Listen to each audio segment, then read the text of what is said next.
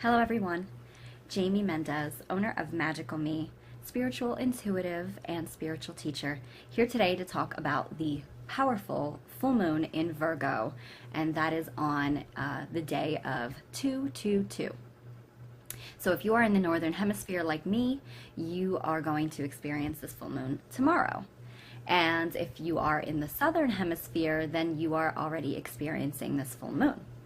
So it's okay if you're too busy today or you're too busy tomorrow that you can't sit down and do this, because today I'm going to tell you how to do a full moon releasing. And it's okay that you can't do this right away, because with the full moon, its energy can be felt the day before the actual full moon, and it could be felt the day of as well as the day after. So you still have a little time to play and do whatever it is that needs to be done. So, considering that this is a full moon in Virgo, the energy is going to focus on fear-based blocks, fear-based anger even, that's keeping us from moving forward.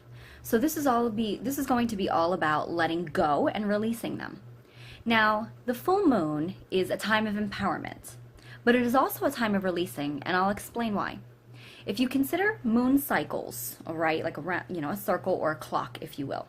The new moon is when we're just getting ready to start over, and that's going to be at the 6 o'clock time on a clock. And then you'd be building all the way up until a time of you reach this peak of empowerment at the 12 o'clock, and that is the full moon. And then you get ready to decrease in energy and move back down and release. So that is why this is a perfect time for releasing things that are keeping you, holding you back and keeping you from moving forward. But it's also going to be a time of to empower that intention that you're setting to let go. So when I said that the full moon in Virgo was focusing on things, and it's actually been within the last few years, we've been kind of working up to this point, and that's where the whole 2/2 comes in, or 2/2/2. It's a time of, letting go and kind of freeing yourself, liberation, if you will. And so there's been a lot of fear in regards to taking that next step forward in your life. That could be in regards to relationships. So maybe you're afraid to finally let go and call it quits in relationships, or even in a job that you may have in your career, and you're afraid to take that next step forward out of your comfort zone because you've got some fear-based issues going on. It could also, things in regards to anger. So maybe you're afraid to let go of anger because it leaves you vulnerable or weak, and so you're not taking your relationship to the next level.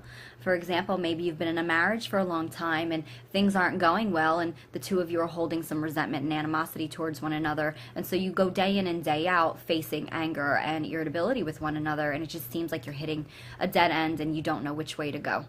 Maybe if you release that anger that was for situations that are no longer relevant, you are freeing yourself and liberating yourself to be able to accept love and feel love and take your relationship to the next level.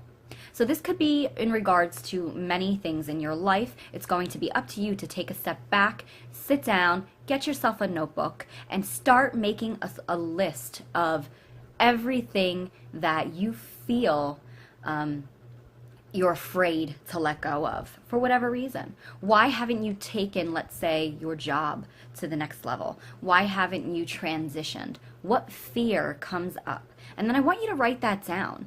And when you're finished making this list of all of the things that are keeping you from moving forward, whatever fear is coming up when you think about taking it to the next level, I want you to rip each piece of, each list off, each item on your list, rip it off on that piece of paper. If you can go outside, it depends on what your weather is, and if you have a fire pit and something that's very safe, you won't be causing, any destruction or fire anywhere. We want everybody to be safe. And light yourself a little fire, and then it'd be fantastic to read each piece of paper out loud. And as you do, say, I release the fear of, and then state it. Because when you do this, you are setting that intention in motion. You are reclaiming your power and saying, I no longer hold this emotion or this block. And you're releasing. And remember, it's empowered because it is the full moon. But also, not only are you setting this intention by writing it down and by speaking it, you are taking it to the next level where you are embodying that freeing feeling. And so it's important to have not only emotion and mind working together. You've got to have them in unison because you got to believe what it is that you're saying and setting these intentions out into the universe. And then I'd like you to drop each one into the fire and watch it be released back into the air, back into the universe. You're giving it over. I no longer own this. So you can do this also if it's cold outdoors and very windy. You're not going to be able to have a fire. I myself, let me see, I have this little mini little cauldron, and sometimes I'll put a little bit of sand or dirt in there, and I will light the pieces of paper on fire in my house and state each intention, and then I will drop it into my little cauldron, and then I will give it back over to the earth once all the fire is out and make sure that I'm safe. So this is a fantastic, it's simple, releasing ritual way of really clearing out those blocks, utilizing the full moon's power, but also the numerology of this day is a super powerful one. So again, it's okay if you can't do it the day of. You can do it the day before or the day after. Love and magical blessings. Much luck to you with your releasing. We'll see you again soon. Bye-bye now.